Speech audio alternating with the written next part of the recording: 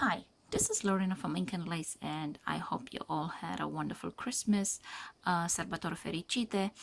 I would like to talk to you in this video about embroidery and Romanian point lace. Well, embroidery is traditionally done in a center of traditional Romanian point lace pieces, but since I focus on accessories, I would like to show you how I like to do a little bit of my embroidery in jewelry and accessories in modern Romanian point lace.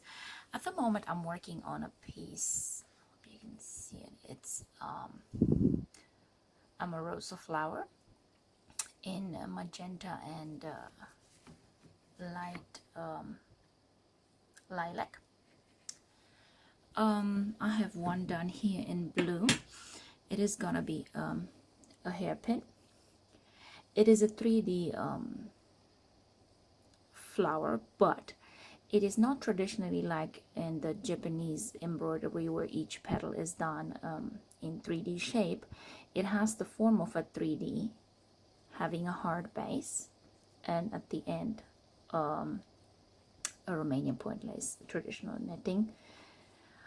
The thread that I was using here was light blue cotton and silk, as well as shiny mimosa thread, as well as, if you can see here, the lily silk thread from Devery Yarns based in the UK. This particular flower has a few petals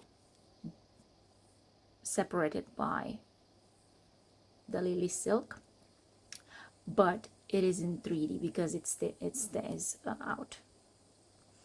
Now in this case, the netting is done underneath, the simple netting and the double spread netting. You can find this all in the book. If you're interested in having a look or purchasing it, it's available on www.balea-Raitz.com. I can focus on it. There you go. And we are based in Brisbane. The first piece that I attempted to do is not fully finished. It has a butterfly on top in 3D.